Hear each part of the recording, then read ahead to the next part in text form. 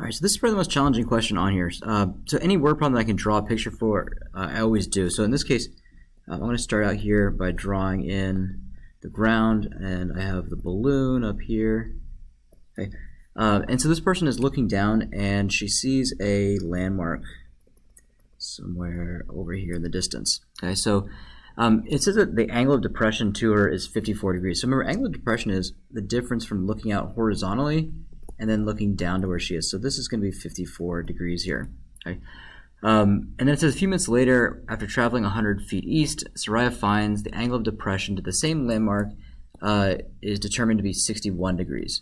Okay, so in this case right here, I'm going to go ahead and change my color here. So in this case, she is going to go 100 feet. So I'm just going to mark it somewhere here where I have a little more space. So I've got the balloon, and she's over here in the box. And so she finds that the angle of depression now to the same landmark is going to be 61 degrees. Okay. Notice in both these cases, it's essentially saying that she is moving here, but the height is still staying the same. So I'm just going to call this h. This would be height, so it's a right angle to the ground. And then she's gone an additional 100 feet. Okay, so it's 100 feet between these two balloons here. Okay.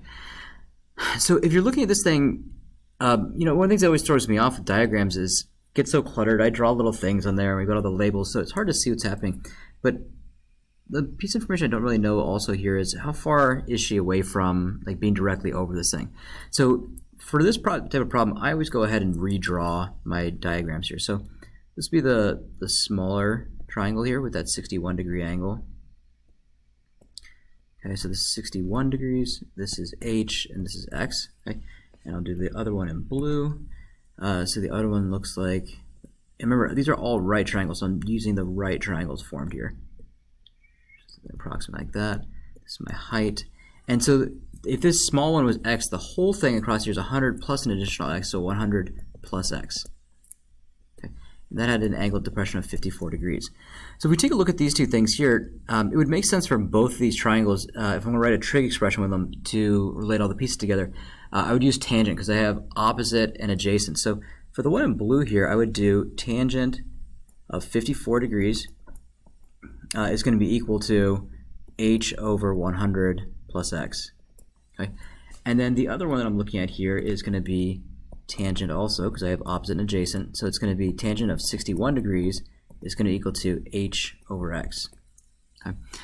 So if you take a look at both these equations, they both have x's and they both have h's. And it's completely up to you how you want to do this, but since I have two variables and I have two equations in terms of those same two variables, I'm going to solve this system by doing substitution. Okay.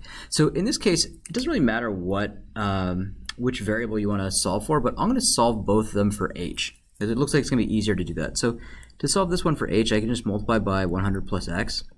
That cancels over here. I have 100 plus x. Make sure it's 100 plus x times the tangent 54. It's not, the parentheses don't just disappear. Over here, I'm going to multiply both sides by x.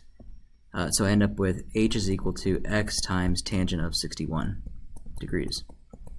So now they're both set equal to x. I can clear this up a little bit.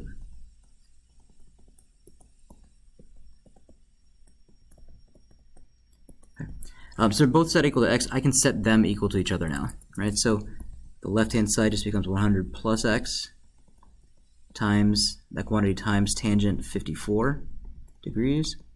That's going to be equal to x times tangent of 61 degrees. Okay, now I only have one variable in this equation, so I can solve it. Now, the issue that comes up here is that the algebra is a little more challenging, but if you remember the questions that we had at the end of yesterday's worksheet, there were some fraction problems where I asked you to solve for a variable. It's actually going to be the same kind of deal here. Remember, anytime that you want to solve for x here, I need to get everything that has an x in it to one side and everything that doesn't have an x to the other side, and then I can solve. But from here, I have an x over here on the right-hand side, so I'll keep that one there.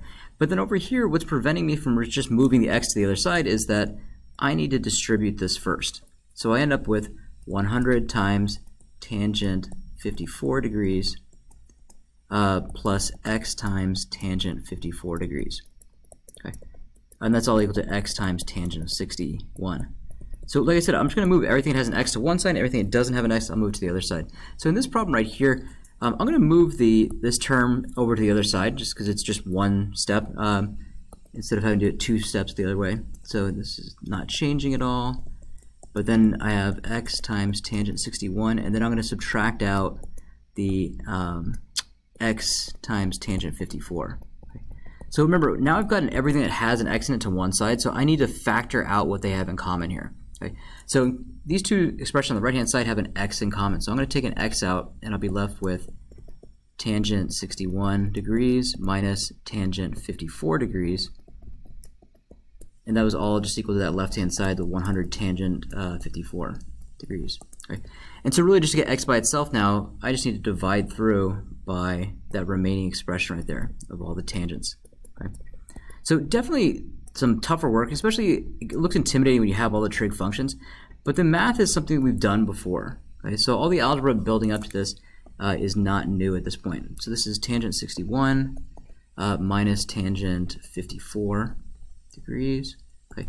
And so I can type that in my calculator, and when I do that, I've already done that previously. When I do that, I end up with x is approximately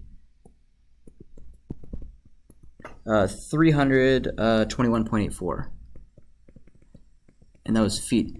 So that's great, but remember, back in the diagram here, we weren't asked to find what x was, we're asked to find what the height is. So in order to actually solve for that, I'm just going to go ahead and plug it into this equation right here, because it's already solved for h. Okay?